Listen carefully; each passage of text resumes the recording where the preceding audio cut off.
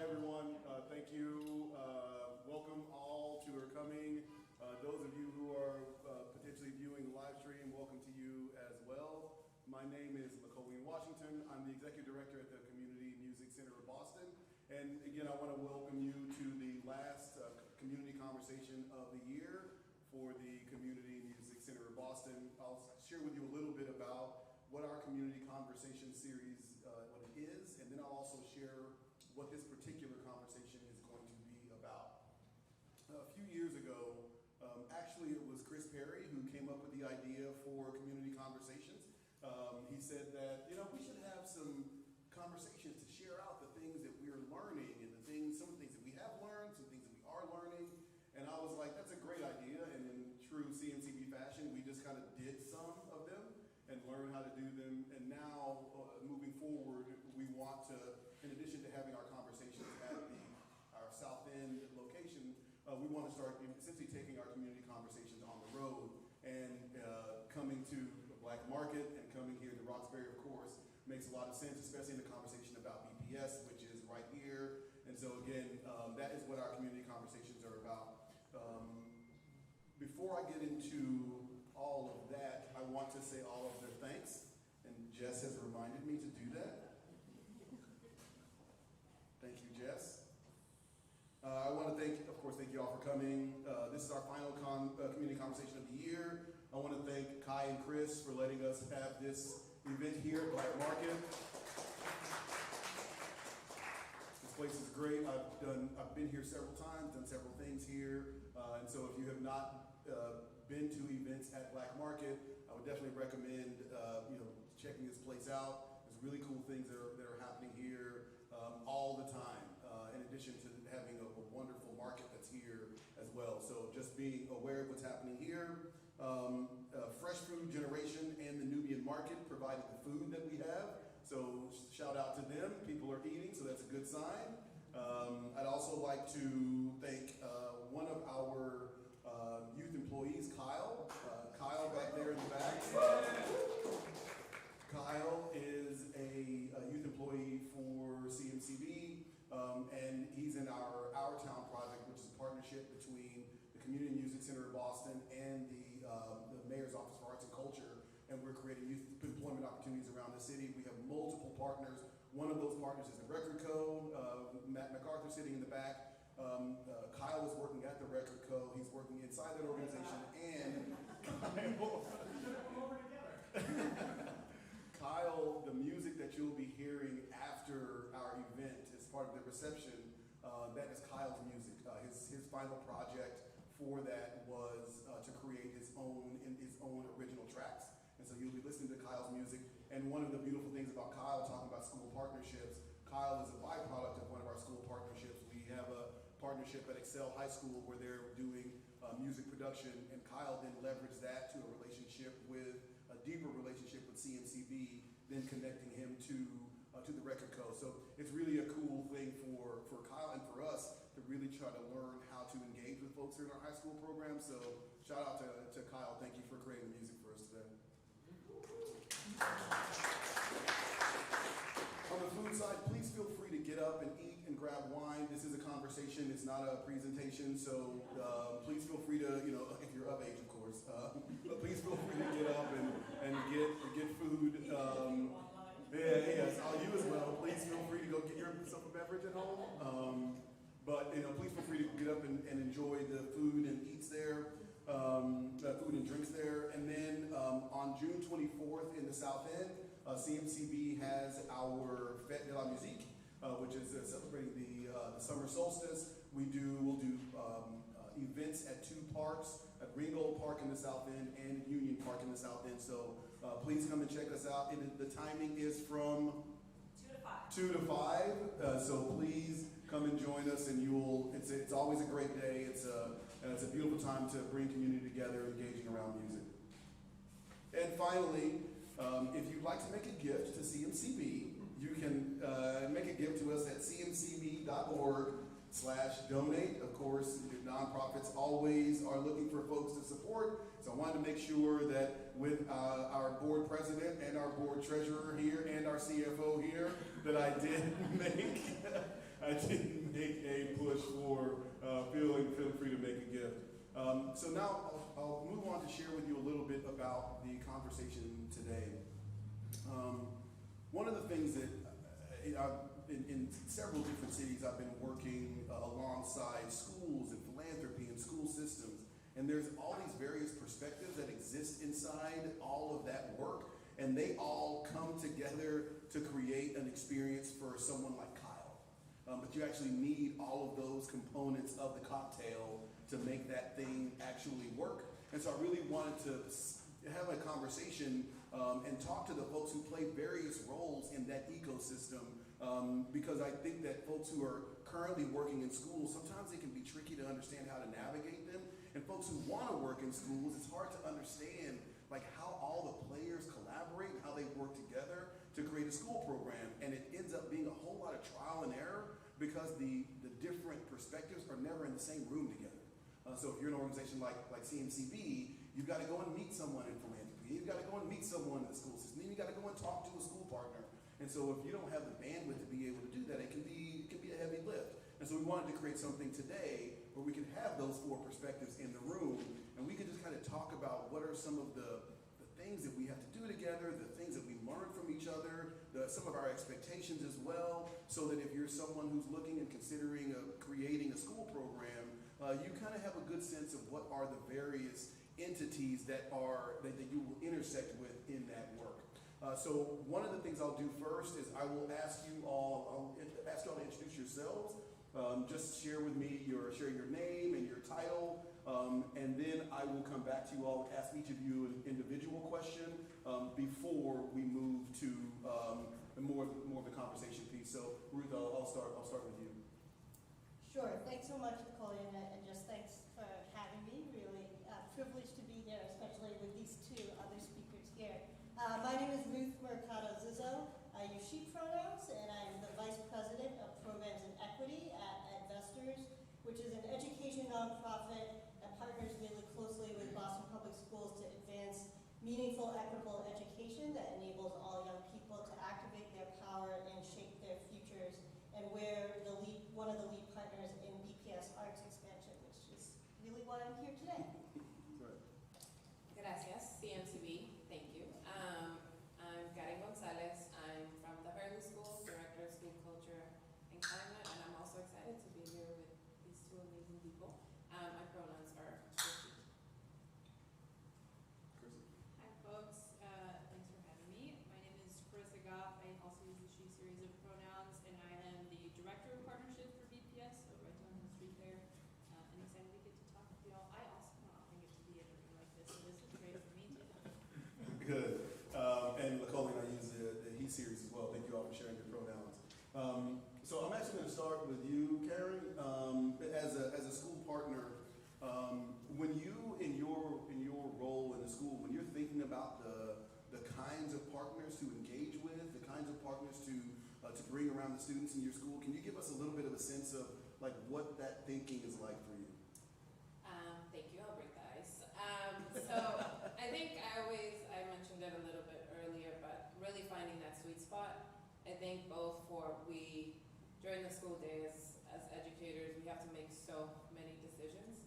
The amount of decisions I made today is really from having a K2er, handle their own conflict in the playground to, a 7th grader, I'm hungry, what can I eat? So, I think because we're constantly making these decisions when we're looking at partnerships, it's really a time to take a pause and reflect and really look at the needs of our students, right? That's why I'm an educator, that's why I'm there, and really thinking, although we can somewhat predict the future, I think, as educators when it comes to our students, I think we really, I at least personally ask myself those questions of like, how will the students feel?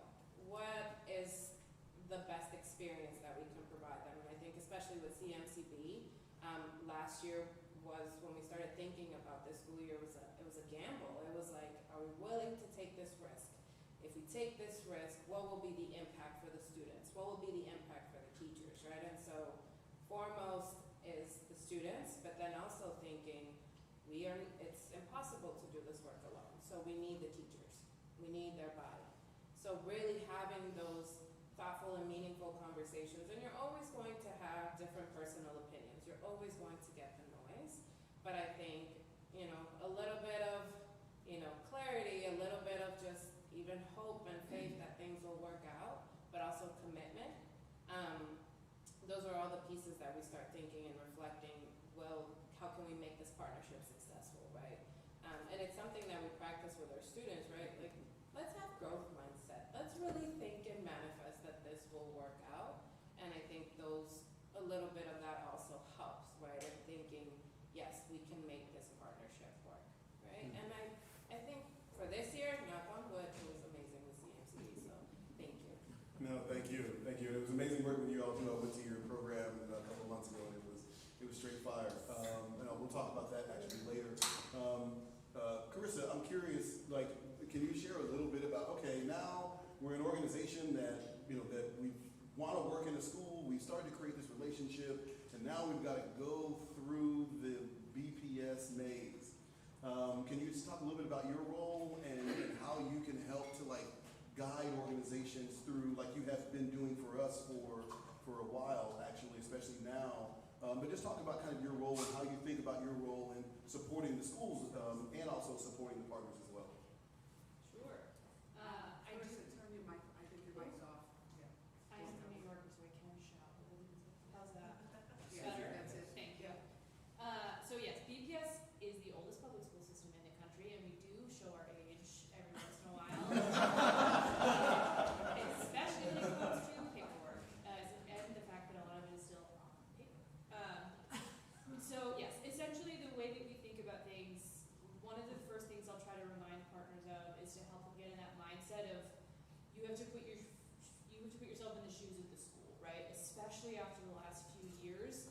Even if you were in education 5-6 years ago, it's different already, because this, like we were talking earlier, this was our first year fully back in person, all of our students, all of our staff. Even we at central office are still remote a few days a week because there's so many of us concentrated in that building. And so I think there's just sort of remembering and giving that sort of grace to the schools that we are all still getting our feet back under us of what it means to be back into some sort of a regular schedule, or as post-COVID as we're ever going to be, because COVID isn't gone. And so I would say that's sort of the guidance I try to give partners, is just remembering where the schools are coming from. And it's not that partners, because I know I'll very often get emails like, why am I not hearing back from the schools? It's not because they don't love you all. Because anytime, and you all know this, anytime you can get in front of that school, they're all super psyched about what y'all do. But there's just, like Karen was saying, there's so many different things that go on every day. It can be tough sometimes. And so I would say that just sort of patience, and then that is also the role of the partnerships office, right? Is that we kind of put ourselves in the middle on purpose so that you all have someone, if you're having trouble, like this time of year is bananas for schools because graduations start next week. We're still finishing up testing. We're like, folks are now finding summer programs, so you're going to start, like folks are going to start dropping off, but we are here. I work all year long. My team works through the summer. So we do kind of put ourselves in the middle on purpose. And what I understand is now a dated metaphor, but we are sort of that switchboard, right? So if we're not in the right place, we can sort of help make recommendations. No, thank you. And then thinking about the role of philanthropy. Philanthropy comes into these conversations and then supports this collaboration as it happens. I'd love to just talk to you a little bit, Ruth, and to share a little bit as you think about the role of philanthropy in supporting partnerships between nonprofits and schools. When you're thinking about your role and even the decision-making process, I'd love to hear your thoughts on the philosophy of thinking around that, or even just some guidelines. Sure, thanks, Lecolion. I guess for some context, Advestors is an education nonprofit, and we raise money to give it away. So grant making, we serve as what I would call like a middle person or an intermediary, is sort of the fancy term, but it means that we get funders who are giving money to a specific program focus, in this case arts education, as part of BPS Arts Expansion, and they want us to then facilitate a grant making process to support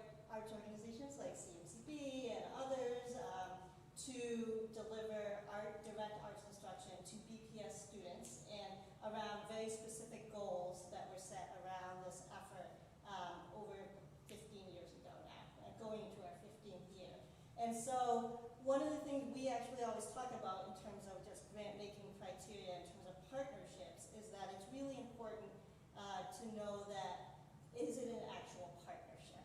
It's not necessarily, is it a reciprocal relationship, mutually beneficial to both parties? What is the nature of the collaboration between the school and the arts organization or teaching artist?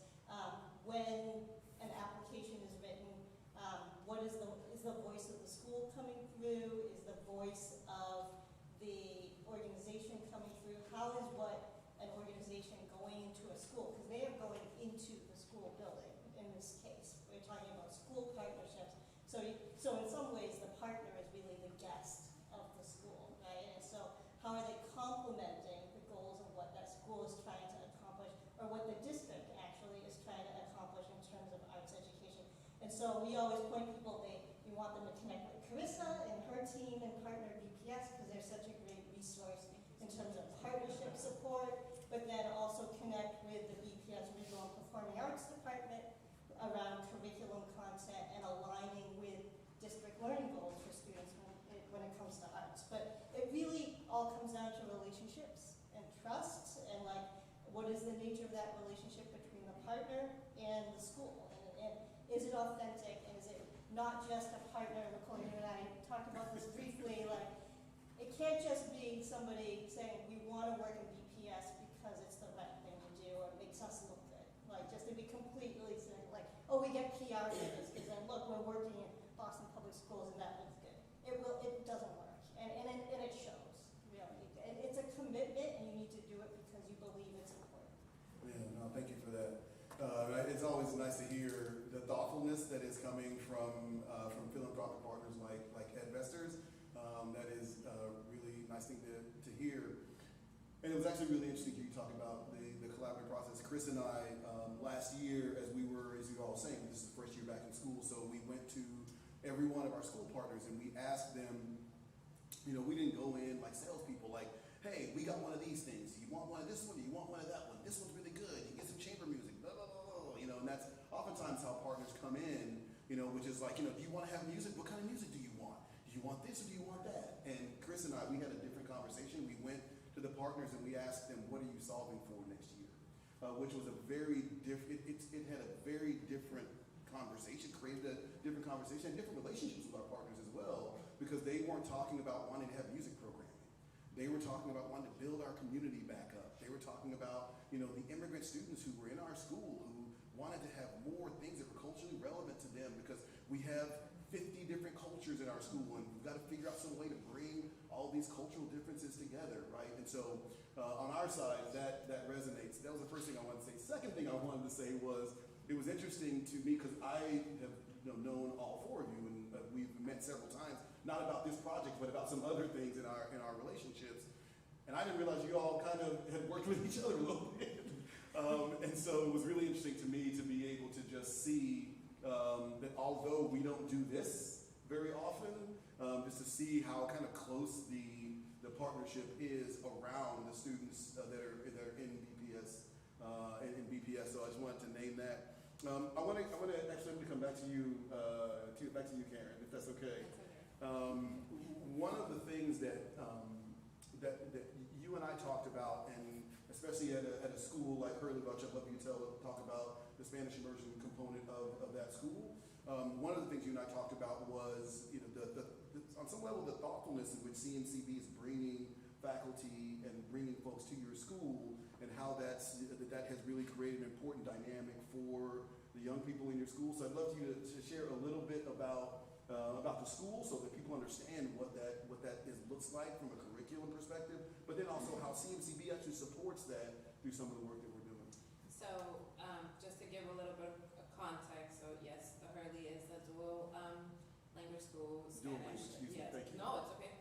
So we, our goal is that all of our students will graduate being able to speak, right, read in both languages, Spanish and English, right? But also there's that cultural piece that we want them to be proud, right, of being bilingual. And our slogan is, being bilingual is my superpower. So that's our model. That's what we go with. And so last year we presented, it was, I think, July maybe, that, principal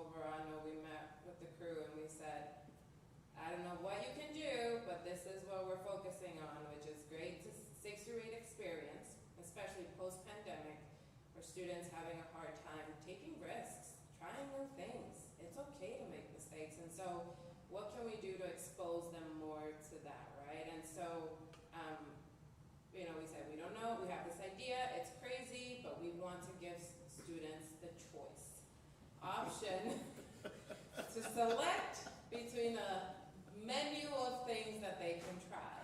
And so, thank you, Chris, for putting that together, because it was like, it needs to be hands-on, or maybe they want music production, or maybe they want songwriting, right? But we also, as a school, wanted to make sure that we prioritize the need for, the importance of representation and having artists that our students, especially 7th and 8th grade, can be like, okay, I see you, you're from my island, or tú eres mi gente, or tú bailas reggaeton, okay, now we can get down, right? And so having these authentic connections is what, made our partnership successful. Was it perfect from the get-go? Absolutely not, right? When we first launched this, September, October, I would say November, students are very much like, okay, I guess I have to go along with this. And by December, everyone's trying to run away. But it's our jobs as educators. No, we believe in this. And then finding other ways. How can we get creative? How do we get them to really open up to this experience? Our percussion artist, Mr. Carlos, was like, let's have a concert. Let's bring the band together. Great, let's put them on the spot. And then what happened? This was like February, March. Magic happened because Mr. Javier was able to say, you two go on stage right now. Whoa, that was very much like, I can't believe I'm doing this, but they did it, right? And so the relationship grew, right? They had to go through those pains and that struggle to be able to, okay, this is what it looks like on the other side, right? And so now we're thinking next year, and we're gonna continue the conversation, like what worked, what didn't work, how can we make it, how can we continue this relationship? I hope that it's still with the same artists, right? But even if it's not, the fact that now we have set the bar for our students, the expectation is that you will try something new because we want that experience for you, right? Of course, we would like the comfort that you get to go back with Mr. Javier or Mr. Carlos, but at least they know that, right? That we are preparing them to leave the Hurley willing to take risks, to take advantage of opportunities, and even if they're scared, they can still be excited about it. No, thank you so much for that. I remember him pulling those students up on stage, and they were like, "Oh!" But they cheated. But they did, yeah, when they did the thing. And I do feel like that relationship that Ms. Javier created with them really allowed for that to happen. Something we've been thinking a lot about at CMCB, thinking differently than being like a service provider. You come in, you do the gig, you do the service, and you bounce. But actually really thinking a lot about how are we partnering with our schools. We even compensate our faculty for that. So it's there, they have the time that they have in the room, but then they also have time outside of that as well to create these additional partnerships that they're compensated for. So it's not, shout out to Chris for pushing for that, but it was actually it was the right thing to do. So I'm going to go to you. We see what happens in a classroom, we see what happens with an individual student, but when you're dealing with thinking about philanthropy, you're thinking a lot about strategy.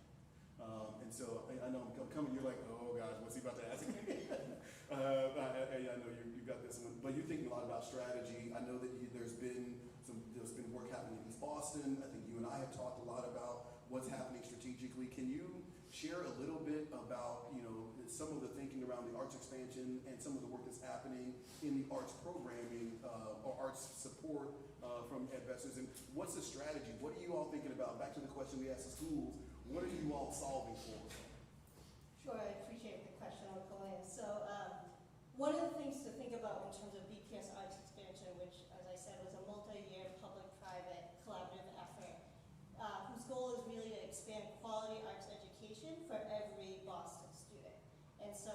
one of the major strategies at the outset has always been around how can partners play a role in achieving that goal, as well as arts teachers. And the reason why that came about was through an 18-month planning process with many members of the community, all aspects, not just funders, but educators, students, and community partners, is that Boston has a very rich community when it comes to youth arts, both out of school, but a lot of them also work in school. CMCB is one of them, but there are many. And they all do different things, and they all bring lots of different expertise and different arts disciplines and amazing things to the table. And so when we started this effort in 2008, 2009, I was not at Edwestern at the time, but I worked at an arts partner organization. It was about how do we set up a way so that it's not just one school with somebody great like Karen getting a partner. What about that school that might not have a staff person focused on partnerships in Boston? How can we make sure that every student has the opportunity to have an arts teacher, to have an arts experience with a partner, because partners bring so much to the table. And so Partner BPS, I think, is an example within the district of trying to set up this system to make sure that schools have the resources and ways and a place to go, so that it's not just random, like a principal happens to know Lecolion and because they go to the same church or something. And so they're like, oh, you work for CMCB, I want to do music at my school. And that's awesome, and that should happen, but not everybody has that network or that access. And so when Edvestors helped start BPS Arts Experience, it was how can we set up an infrastructure and really track where partners are going, to what schools, and make sure that this is happening across all schools and not just at a select few. And how can we make sure that when partners are working in schools, we can make sure that how can we incentivize then principals who make the decisions around hiring arts teachers? How does that spark principals to say, oh wow, like an organization is doing arts at my school that might not have every arts discipline. I need to add an arts discipline so I have a full-time dance teacher at my school, because CMCB did a dance program there, and they can't be there full-time because you can't be everywhere, but now we can make sure that the students like this, they're responding to this, and so we're going to hire an arts dance teacher next year, and CMCB can come and support that dance teacher because they bring a level of expertise around that. So, and that is something we've been fortunate that has actually happened with the district hiring more arts teachers every year, so that now there's over 300 arts teachers in the district compared to 160 when we started in 2008 and 2009. And that's through pandemic, that's through 2008 recession, through lots of superintendent changes, and a lot of that is because of, I think, partners being a constant of being committed to working in the district as well. No, that's great, and you know that happens to us. That happens to us every few years. A good thing will happen, and a partner will say, you know what, you've been great. We love working with you, but we decided to hire a full-time teacher to do the thing that you've been doing, so we're good. Right now, you look at our bottom line, look at our budget. It's like, oh my God, we want the partner. You know, but the truth is, one of our goals is to do that. Every nonprofit that does work like ours, its goal is to put itself out of business, right? Like that is your end goal. Like the American Cancer Society, its goal is to eradicate cancer. If you eradicate cancer, you don't need an American Cancer Society in the same way. And so for us, that thing that you're describing is a thing that we consider to be a big win when a partner comes along and says, you know what, the thing that you were doing, the way we're investing in you, we're going to invest in a full-time arts teacher to do that work. I think that's beautiful.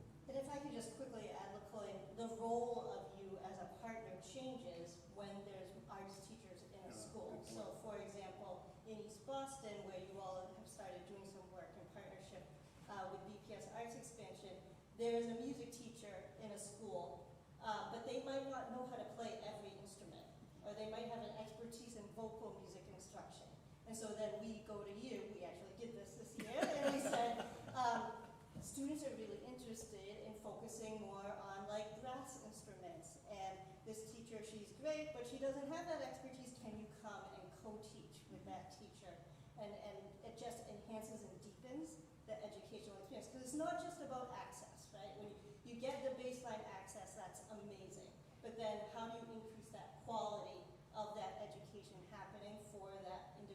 student. And so that's, because without quality, it's not equitable, right? So, No, that's a great point. Thank you for that. Carissa, now we've been talking a lot about the schools and the various partners that exist inside the school system. And I'm wondering, what is the role of your office in serving as that connector as well? So if I know for CMCB, some of the schools we have worked in, one of the ways in which we've moved from school to school is when a principal moves. So a principal's with us in one school, that principal moves to another school. He's like, I had this wonderful partner in my previous school that we should really have here. So now we've got the previous school and the new school. But it does follow sometimes some of that model that you described, the kind of the church pew model, which I will borrow as an idea. And so I'm wondering, Chris, in your office, what's the role that your office plays, and what are the kind of the levers inside BPS to really expand the possibilities for these school and nonprofit arts organization partnerships? Sure. I think that's a really great question. So we do it a couple of different ways, but first and foremost, I would say it's school focused, right? It's like we, as the partnerships office, we work with you all as partners, but we work for the schools, right?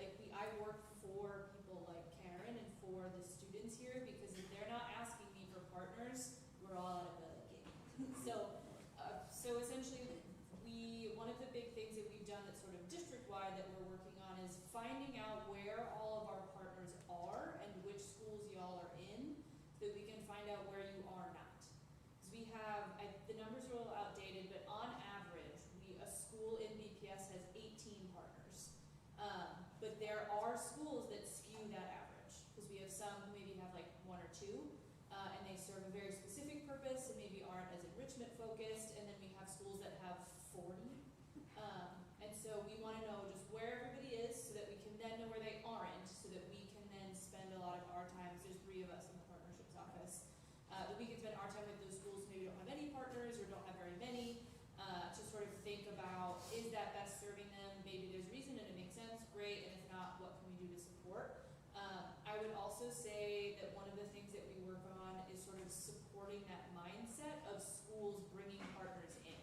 Because we find that a lot of times schools will think of partners as an extra, like they want to be nailing everything else, and then they'll bring a partner in to do like the fun stuff, the after school stuff, or the field trips, or things like that, which is fantastic, and I think that's all really great. But I do think a big part of what we try to do is supporting that mindset in schools, that partners are there to work with, right? Because a lot of times, and I'm sure that y'all have experienced this, and I even experienced it as a student, sometimes the way that a partner is going to present information to you, even though they're not your like math teacher, the way that your partner that you get to go with after school on Tuesdays, the way they explain something to you makes that math thing click in your head. Like you've been trying to figure it out in class for weeks, you can't figure it out, but then you do something with your partner and you're like, okay, now I get it. And so it's this idea of how do we support schools in thinking about partners as like a way to support that work that's going on every day. It's not like you don't have to be nailing attendance and testing and all these other things to then get to bring in a partner.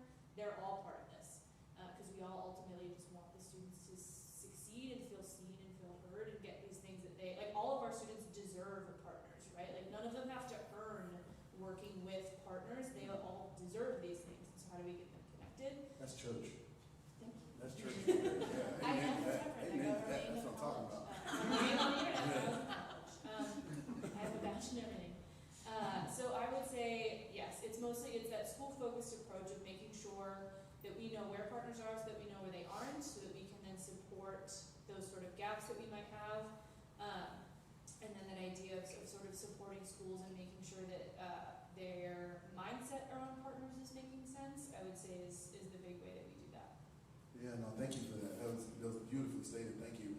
Before I open it up to the audience, I'm going to take this, when I finish this next question, I'm going to take this mic and put it over there. And so if you have a question, please feel free to step to the microphone. Actually, I might ask Chris, would you mind? Thanks. Not which the so my final lightning round question for all 3 of you is when you're thinking about your role and the work that two-parter, actually a three-parter.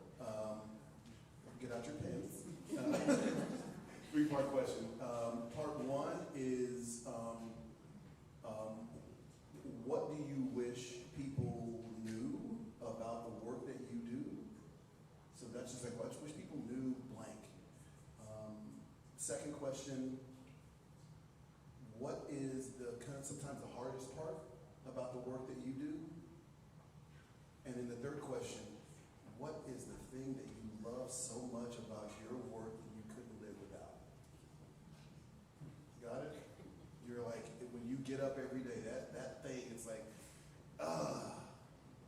you know, I gotta do this again today. You know?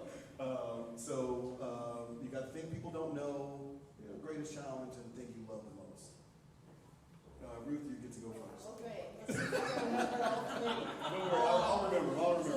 So, the thing that I wish people knew the most, that I think everybody should know the most, is that Boston Public Schools is a leader in arts education in the country. There's a lot of narrative out there around a lot of challenges that BPS faces, which are all true. But also true is that BPS has made a commitment, a long-standing, over a decade-long commitment to quality arts education for every Boston student, and that's because of partners, that's because of the district's input, that's because of the community's input, and I just wish more people knew that we have an opportunity to continue building on that strength and value that is inherent in Boston Public Schools, that every student deserves a quality arts education. Yeah, challenge? The thing that's most challenging, I also think it's one of the things that's really great about this work, but it's also challenging, is that we work with a ton of partners, and getting a lot of people together and convening them together and making connections is a lot of work. It takes a lot of time, it takes a lot of communication, it takes a lot of follow-up, and there's a lot of people who could have different agendas, so getting people all on the same page, working towards the same thing can be a challenge. Thing I love the most. Students doing arts. I mean, I'm an arts person. I'm a theater person, really. But there's no more powerful way, I think, to unlock the strengths and power that young people already have in terms of arts education, and how it allows young people to succeed and show their creativity and success in so many ways. I'm still thinking. Trying my best. I think I wish people knew, and it's more like remember, not so much new, but I was still bouncing back from a pandemic, especially for us that are school-based. So with that, you know, to give ourselves some grace, I think sometimes we forget on a daily basis, even as partners, whatever role we are in, to really give ourselves some grace, and like the struggles that we go through, we're still bouncing back, right? And I don't know if we will, hopefully we get to a future where it's different, and as educators in the building, outside the building, we're having to address situations in different ways, and I wish, you know, we need to give a little bit ourselves of grace and patience and love. Amen. I think the most challenging, again, in my role, but also I think same with being a school-based person, educator, is that the challenging piece is that I wish I could give more, right, of my partners, you know, sometimes I don't even get to say hi, and, you know, they're like, sorry to bother you, and I'm like, you're never a bother. It's just me doing, and so that is the challenging piece, right, that, you know, our bandwidth is only so much, and so that's why, especially with our students, I do it all the time, like, think about your energy, how can you fill up your cup, what is your bright spot, like these little moments, and so, but that is the challenging piece that we're having to navigate constantly. I think the piece that I love the most, absolutely the students, 100%. But I would just say the thing that gets me back up is that, or at least I try to practice, just kind of naming 5 good things that happened in the day, right? And making those memories, and that's the drive. You know, I was walking my son home yesterday, and he looked at me. He goes to the Hurley's his last year there. He's going to a different school. But he says to me, how do you do it? how do you continue to get back up? How do you, it's been a day, and he doesn't know the stories. But I said to him, you know what, that's a great question. I am gonna say that I just hope it makes some difference, right? We can't impact everyone, we can't save everyone, but I hope that somewhere after every day, every struggle, somewhere out there is me. We are making a difference as individuals, but also as a collective. So. Amen. I would say if there's one thing that I wish folks knew, particularly that partners knew, is not to volunteer my colleagues' time, but is that all of central office is a resource to y'all. So you are always welcome to start with me or with someone from the partnerships team, but we have academics and leaders into the different academic sectors. We have folks like Tony Beatrice, who specifically related to arts. We've got a STEM department, we've got athletics, we've got all different folk. There are 6 floors of the bowling building, and we all work for the schools, so all of us are a resource for y'all. So, and I would say if you're not super familiar with the way that structure works, that's a great question for us. I tell people all the time, I may not know the answer to your question, but I probably know who knows, and I definitely know where they sit. And so, like, I'm happy to walk over to that person, or we just did it recently. We had a partner wanted to start a mock trial team somewhere in the district, and so I connected them with our person who's the head of history and social studies, and so we made that connection, and now we're going to pilot a mock trial team at one of our high schools. So all of us in the bowling building are resources for you all as partners, but you're welcome to start with us, and we can kind of help direct you from there. Challenges next, right? I would say the paperwork to start probably. Holy cow. We are the government, and sometimes I forget that. And so that becomes a challenge only when it becomes a barrier to things.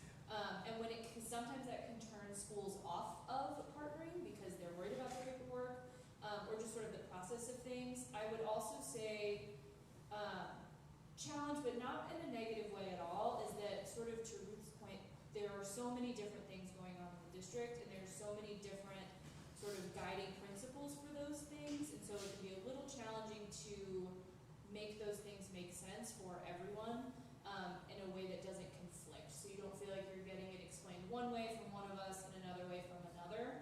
And I will say that that's something I've noticed in my years at BPS that we have been getting better about, and that is sort of speaks to that thing where like we know where everybody sits. So if I have a question about how STEM is doing something, I can walk over to their desk and say like, does this partner make sense? Or I do it really often with our mental health partners, because I had a C average psychology degree from a middle-sized state school in the mountains of North Carolina. So like I should not be vetting mental health partners, especially clinical ones. So I will always go to our behavioral health and our social emotional folks and say, does the way that these folks do things, is this going to serve our students really well? And so that can be a challenge, but a worthy one, because it helps in the end. I would say almost exactly what Ruth and Karen said in terms of why I do this every day is the potential impact on the students, right? Because like we were saying earlier, the students do not have to earn work with partners. They deserve to work with partners. And there's always that chance that that program that they do with you all as partners is the thing that lights that fire.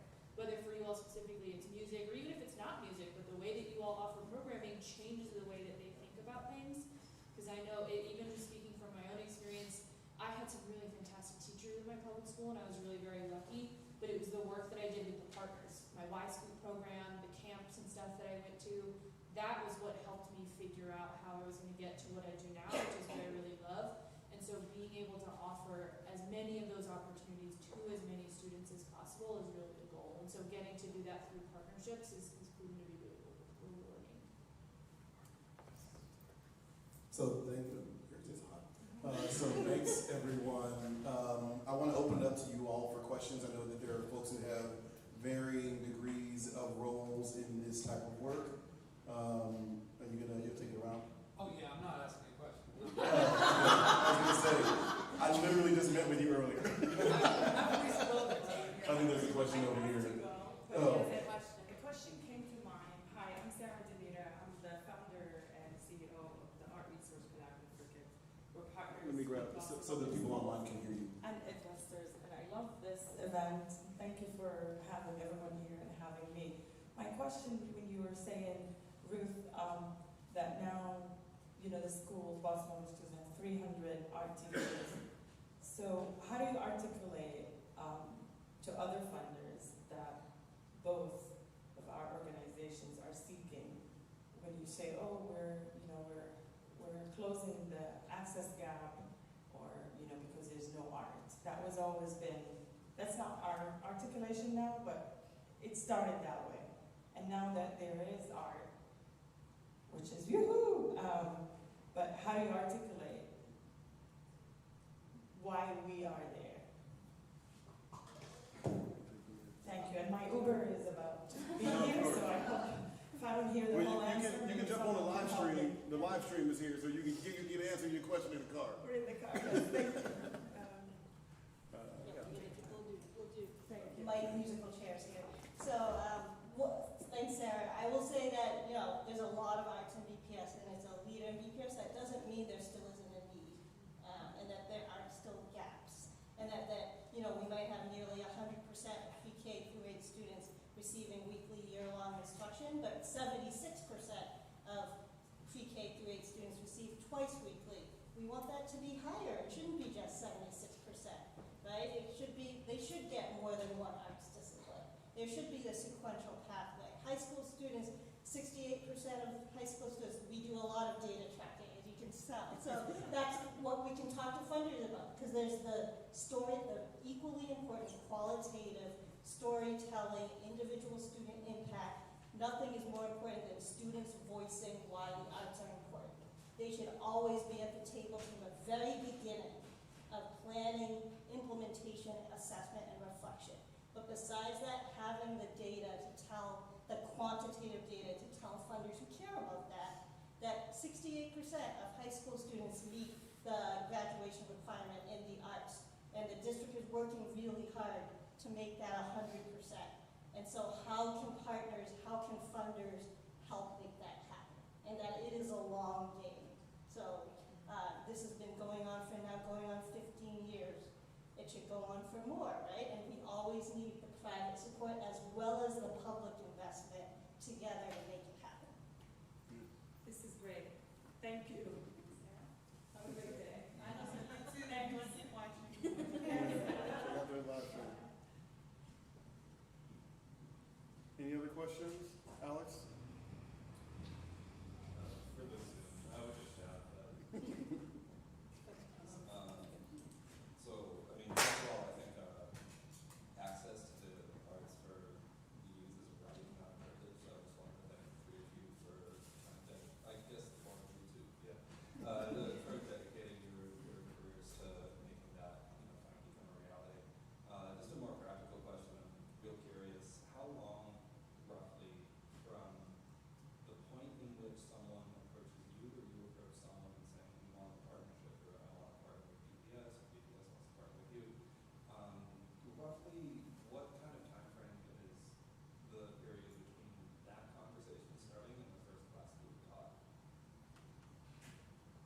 It depends. So I can give you a couple sort of rundowns. One of the big things, again, related to paperwork, is cost for service. So there is a cost for service. It can sometimes take a while, right? Because there's just different procurement rules and things like that.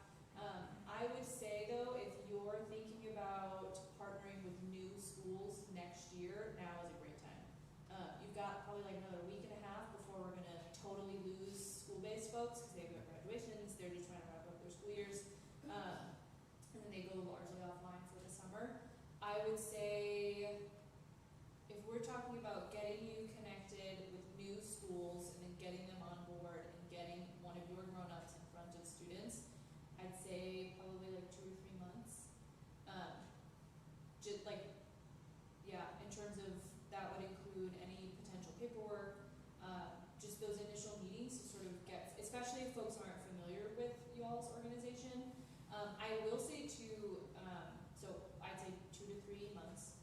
I would also say one of the first things that I learned at BPS is that the fastest way to get a new school to do something is for a school that's already done it to tell them it was worth their time. So like if you all work with the Hurley and they're psyched out of their minds about your programming, ask the Hurley to say like, okay, we want to work with the Hernandez next. Tell the Hernandez that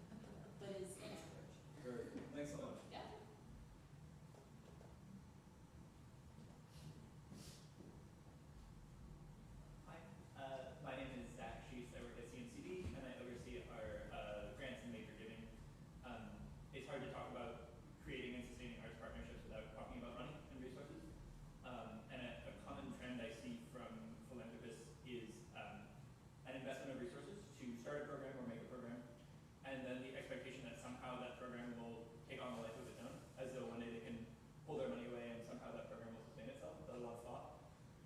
And I always find those conversations like kind of disorienting, right? Like, what can we do to help you sustain the program?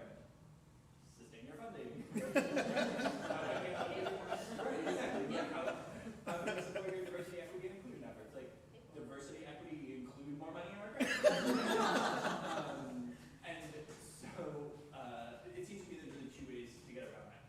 One is to use a burst of philanthropy to influence institutions to allocate money differently, right? So that's BPS spending more money on arts instead of something else that's less effective. The other way is to convince philanthropists to do something similar, right? To convince philanthropists to invest more money or invest money differently in ways that promote a thing that we all believe is effective, which is arts education. So I'm wondering if you all can talk about this dynamic, and Ruth, I would love for you to talk about Edvestors, since I think what you've done in this realm is so exemplary. Like, if Edvestors went away tomorrow, there would still be 300 arts teachers in the district, right? That number would not change, and that is incredible, right? It's hard to overstate how different that is than the way a lot of philanthropy works.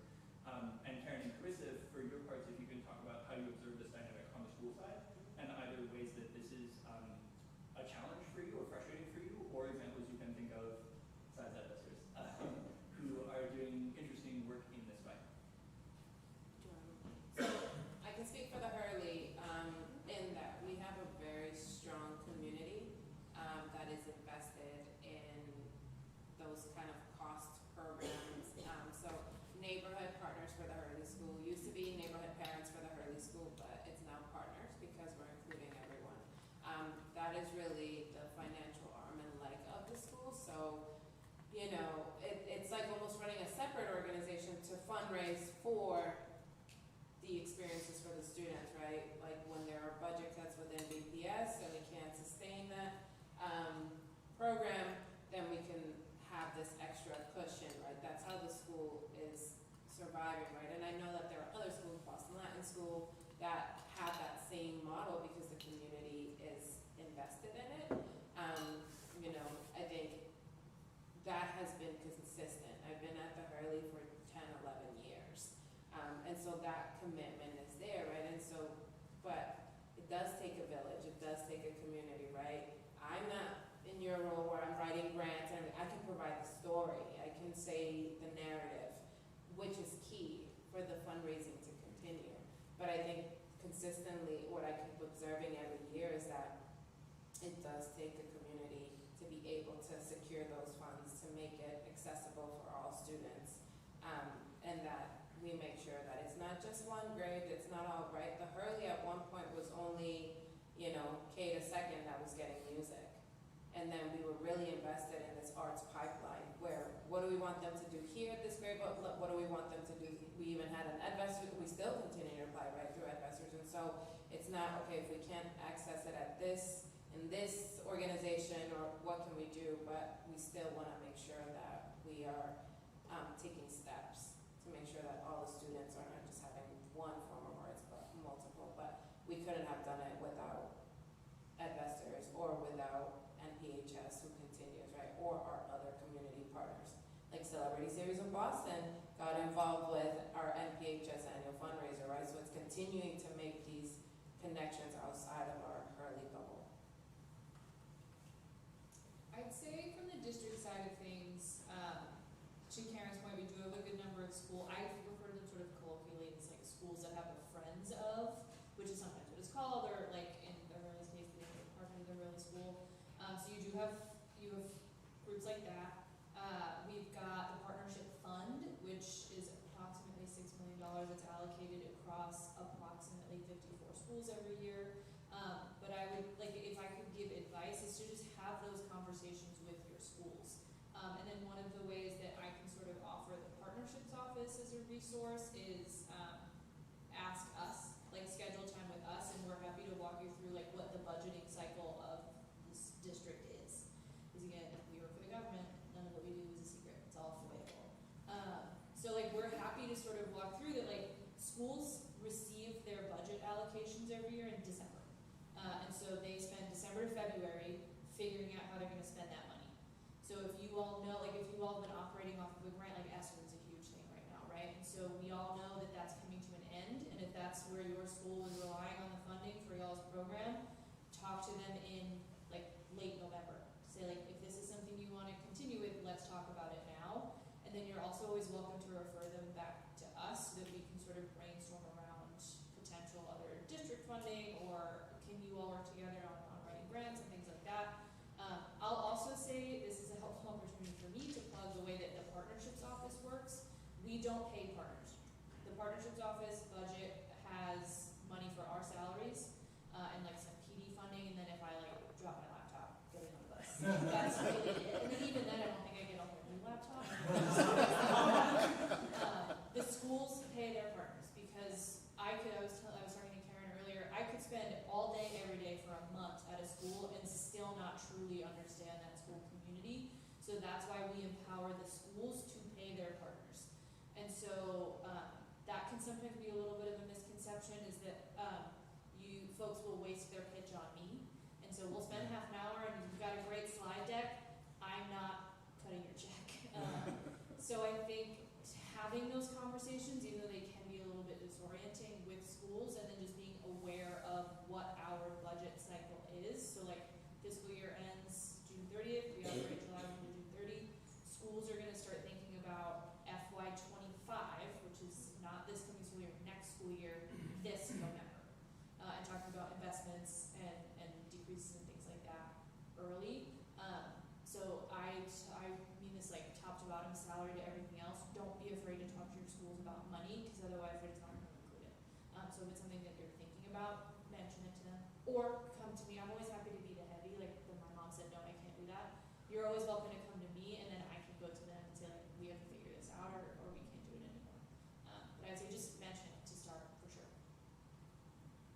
And Karen and Chris have covered a lot of what I would say, but I would say the complexities around school budgets is very complex. And in BPS it's very complex, and they're currently looking at redoing it as well. And so I would encourage partners, and I know you all have so much on your plate, so do you have time to even do this? But even just being a little bit familiar with how budgeting in BPS works will go a long way. Or ask me, I'm happy. I know a little, I've learned a lot since I started working at investors.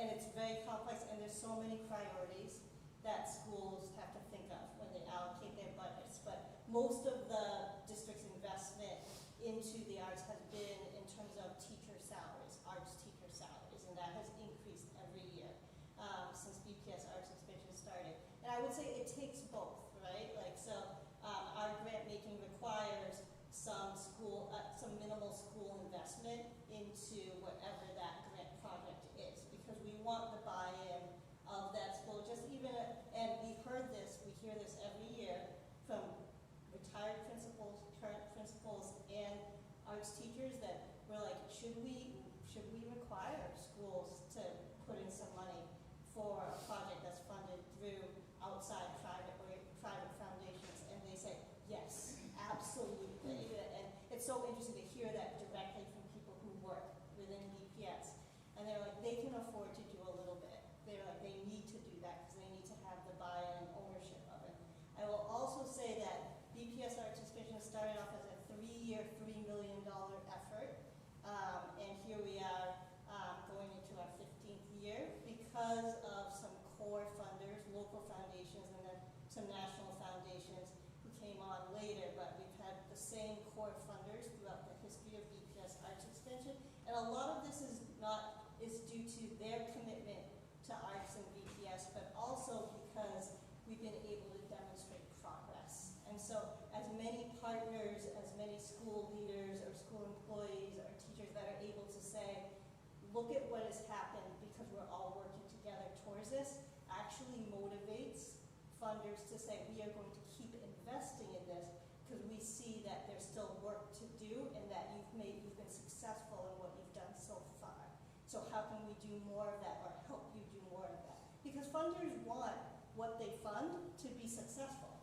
And, they don't want to just fund something and be like, oh, that didn't work. I mean, that happens. But they want to be able to say, look, this is worth the investment of those people who they, like those families or those trustees that they have to report to. And so I think that's also, so it really, again, takes both. It's not easy. Zach. I think you outlined it, and that whole sustainability thing. I think we are fortunate to be with funders who are truly partners and understand the importance of having both private support and public support, and how they both help feed each other to make really good things happen. Can I jump in on that one, actually? I just want to, from the perspective of being a partner, thinking about sustainability is such an important part of the work that we do as well. What is, someone says, if you want to know what an organization values, look at where they spend their money, right? Like that is, and it's because they're spending, if they're spending their, most of their budget is on fundraising. That means that we're just trying to get the money in, we're not sure what we're going to do with it yet, right? And I think on the CMCB side, over the course of the last several years, and many of you know this already, we've been reallocating funds in a way that centers some of the work that we're doing in the school program, and some of the work that we're doing in our community-based partnerships. It has been a gradual but intentional shift, because to your point, we're thinking about them as being critical to our identity as an institution, just as critical as our community music school in the South End that we have. And again, we have started to recognize that in order for us to do that, we got to put our money where our mouth is. We can't just say that we value partners and then spend $50 a kid in the school programs. Like that does not show that you value the young people in those programs. If you've got that many and their budget is the equivalent of the same 500 kids that you might be working, you got 3,000 in one, 500 in another one, and you're spending the same dollars in both buckets. And so for us, we have really been intentional about making that particular shift. And it has also been, when we're thinking about raising dollars, we're thinking about how are we amplifying the voices of folks in those programs. Because it's my belief, I think to Zach's question, it's actually my belief that the city of Boston unilaterally wants dope things and really impactful work to be sustained. And I believe that the philanthropic community wants to support the things that are really working, the things that have value, and the things that are really creating opportunities for young people, but also just amplifying their voices so they can start to see themselves better. I believe that whether it's one funder or another one, that the city of Boston actually wants these things to happen. And so there is, as much as there's responsibility on the philanthropic community and on the school partnerships and on BPS, we also have a role to play as well in making sure that we understand what works. And we have a proof of the concept, proof that it actually works. So we, as much as you all have a responsibility, I want to make sure that the partners here know that we also have a responsibility as well, and equally as much as philanthropy has. And so and that's a great question, wonderful question to ask about sustainability, because it is, from an institutional perspective, it's the thing that keeps us up at night. Because every institution, every partner knows you've been talking to a partner and you've built the most beautiful program, and then you've got to cut it by 35%. And it's like, I wish we just had a little, so everyone understands that. But I'm hoping that what that creates in us is, for me, my love thing would have been going to make it happen. That's the thing I get up every day. Like, that's the thing that brings me energy. Every day it's like, let's go make it happen. We didn't make it happen yesterday, but let's go make it happen today. And that is really the thing that gets me going in the morning. And so, and I think that, we also have, as part of this ecosystem, we're not the downtrodden nonprofits who aren't being supported by whatever. We actually have a lot of power and authority in this, because all they're saying is the partner is an important part of the cocktail, to understand what are the things that the partner can do to make what we want to happen in schools work. And so I just want us to also remember on the nonprofit side that we play a really important role, and we're not beholden, no offense, we're not beholden to these power structures. If we want to make something happen, we actually have opportunities to make those things happen inside the city, because it's my belief that the city wants these things to happen. We just have to figure out how to bring the forces together and make it happen. I would say, if I could just add quickly, the two bits of advice I would give just on my own lived experience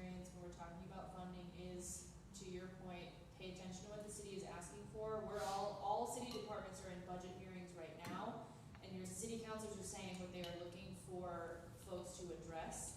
And so bring the data that shows how are you addressing things like chronic absenteeism, like community violence, like closing opportunity and achievement gaps. So when you come to ask for funding, bring data that shows how you're making a sustained impact on those things.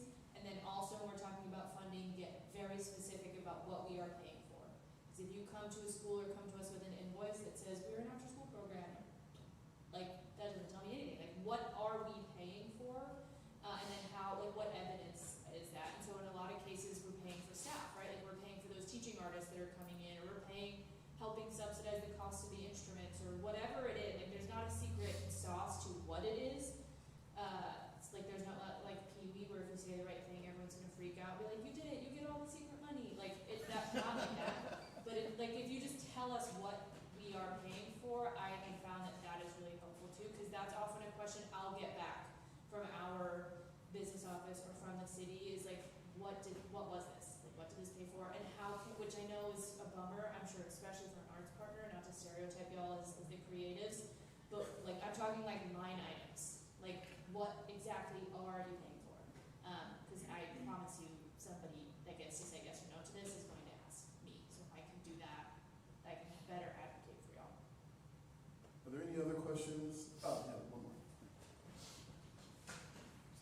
Hello, my name's Abby Bowling. I work for CMCB in our CEP department. I'm a business operations coordinator, and I have a somewhat selfish question, which is based in, the work that I do for our department is based in paperwork and organizing instruments and doing lots of pulling the levers behind the scenes, but not usually getting to go out and see what's happening.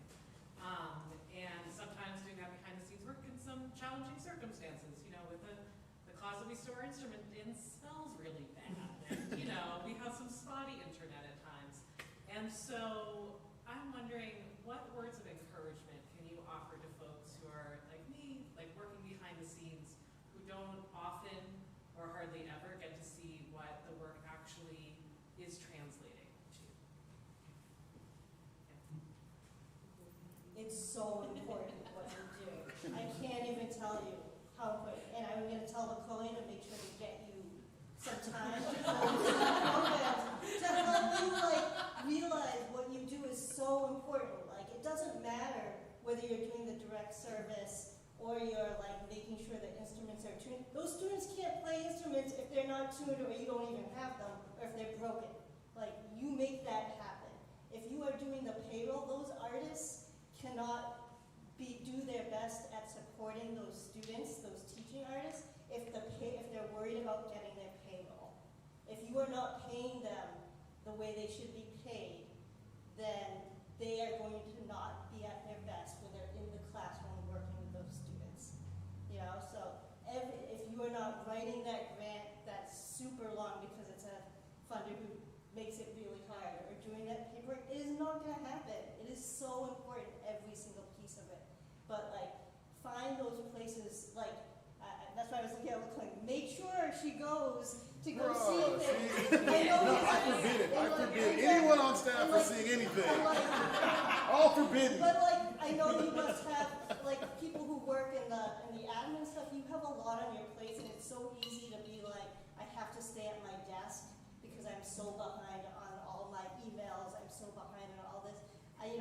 I'm so behind on all my emails, and like, but I've been spending the last 2 days and tomorrow on the Boston Common because it's the BPS Citywide Arts Festival, to watch over 1,000 students perform.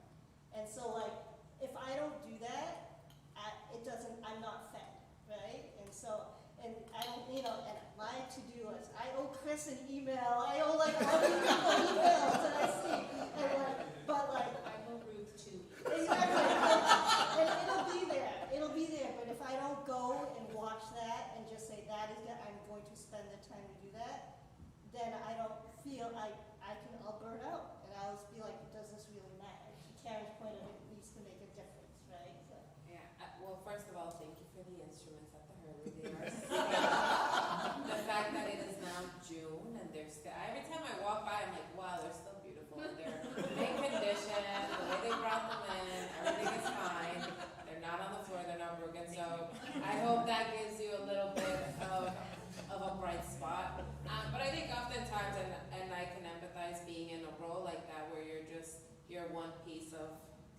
larger, complex, whatever it is. You play Jenga? Jenga? Jenga, the tower? Okay.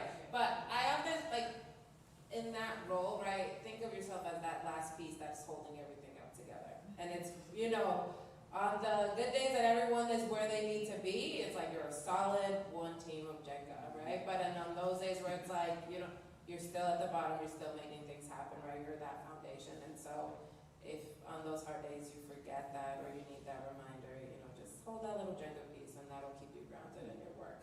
Because we all have, whatever our field is, whatever it's like, we are having an impact whether we can see it or not. So. I'll also say two things. I've been in my current role for a little over a year and a half, but in my 5.5 years in the district, I've always been around partners in some capacity.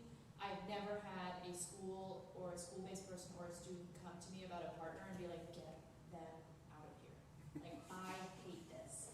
We've made adjustments, we've sort of rethought things, but never once have I had a school come to me, because I've had them come to me about some wild stuff, but I've never had them come to me like, I hate this, get these people away from me. So they all do appreciate the work and would sort of be lost if like we walked out tomorrow.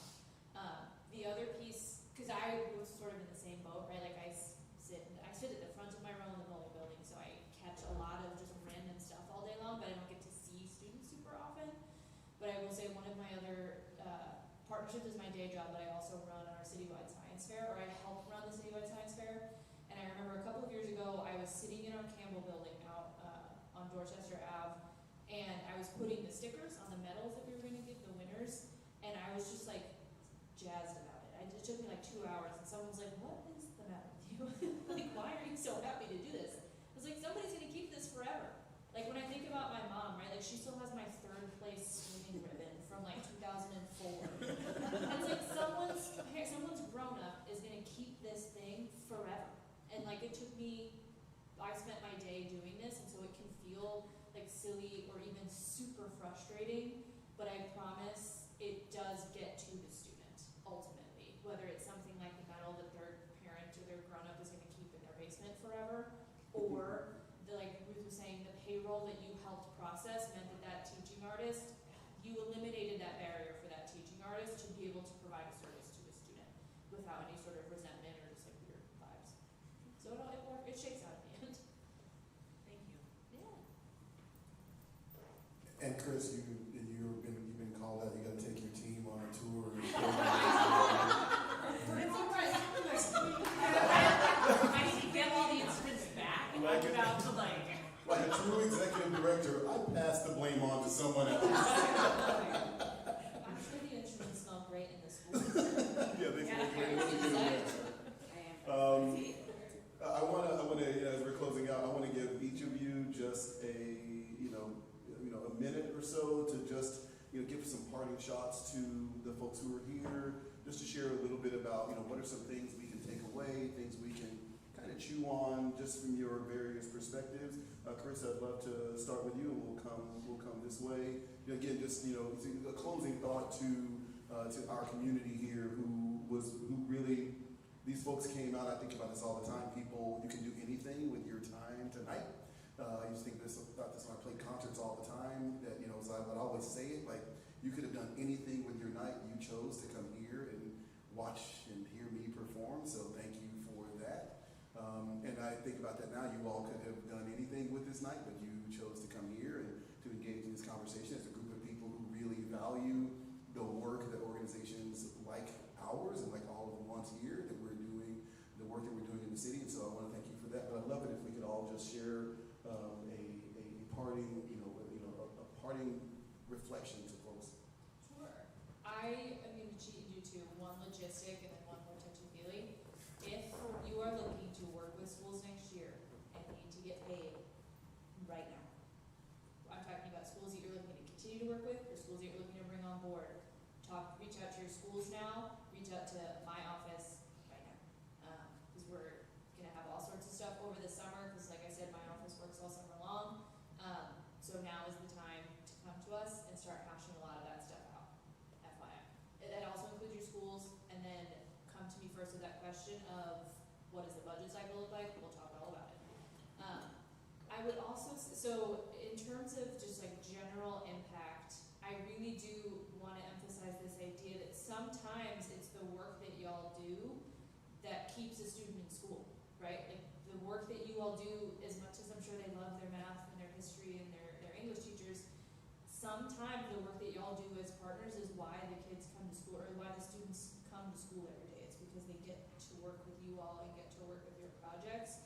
And so I think when you are dealing with sort of the bureaucracy of the district, or I call it the weekly meme section about us in the Boston Globe, where they just say mean things about BPS every week. And any day now, the MCAS one is going to come out where they just talk about how terribly our students did, even as if our students can't read, that the Globe is saying mean things about them. We feel the positive impact of that, and I just want y'all to remember that sometimes the work that y'all do is what keeps the students in school. So the next time that you are looking to get connected to school, or someone's not answering your email, or we have to meet again about why your contract isn't going through, ultimately, the work that y'all are doing is sometimes a thing that keeps the kids coming to school, which is, we couldn't thank y'all enough for doing that. I felt that with that whole contract thing. You know, we've been in that one. Yeah, for a year. Yeah, 40. I've been praying for that. Yes. Get results. Holy moly. No, that's it. Okay, so for me, as an immigrant from El Salvador and BPS product, I'm leaving with a sense of gratitude for all of you. Some that I know personally really well for many years, but some that are new. So I'm very grateful for the space. I think especially after being in our homes for so many years with the pandemic, it is refreshing to just come out and connect and just talk. We're still, I'm very much an introvert. People don't believe me, but I very much am. And so I think it's nice to come out here and, be proud not only of the Hurley School and the work that we're doing, of our partners, and also as a BPS alum, right? I think that I was one of those kids that you mentioned that, outside of the academic classroom, that's what made a difference for me, which is why I made the decision to be outside of an academic classroom, but still in education, impacting the lives of students. So that is my reflection, and, echo everything that Carissa said about BPS. Get to know the complex system. If you need dates and all that, ask those questions, be upfront. And, in terms of the Hurley School, if you want to partner, if you're interested, you have my email. Happy to always talk and connect with people, right? Or what other work can be done. So thank you. And thanks to everybody up here and everyone who participated in engagement. Really appreciate it. I will say, this work is very complex, is very challenging. If there's ever anything, I'm happy to share my contact info with anybody who's interested. If you want to learn more about what's happening in BPS, what's happening in the arts in BPS. Like Carissa, I might not know all the answers, but hopefully I can help connect you to the right people and at least help you figure out that direction. Please don't think you can do this. Don't try to do this work alone. There are a lot of people who are always willing to connect you, help you figure it out, and that's the only way this work gets done. And I will also say I had this conversation with my boss a month or so ago, so when she sees this recording, she's probably going to laugh, but take time to celebrate, because this work, it always feels like there is more to do. I fall into this trap all the time. You do something, you're like, that was awesome, now I have to go on to the next thing. No, I'm so behind on this thing, and take time to celebrate, and because there is amazing work that everybody is doing, and you play a key role in that, no matter what role you do. So please take that time to celebrate. That is something I'm going to reflect on quite a bit. So thank you for sharing that. And thank you to a round of applause for our 3 panelists.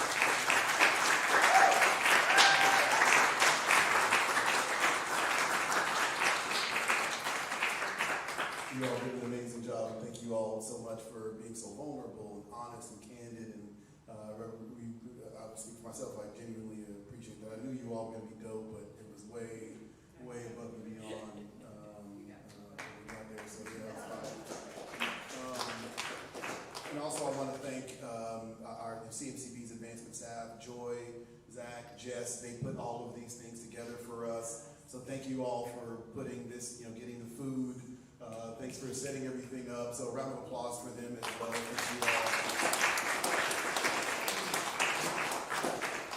all. And a round of applause for Black Market. Thank you, Kai. You stuck around. You're here.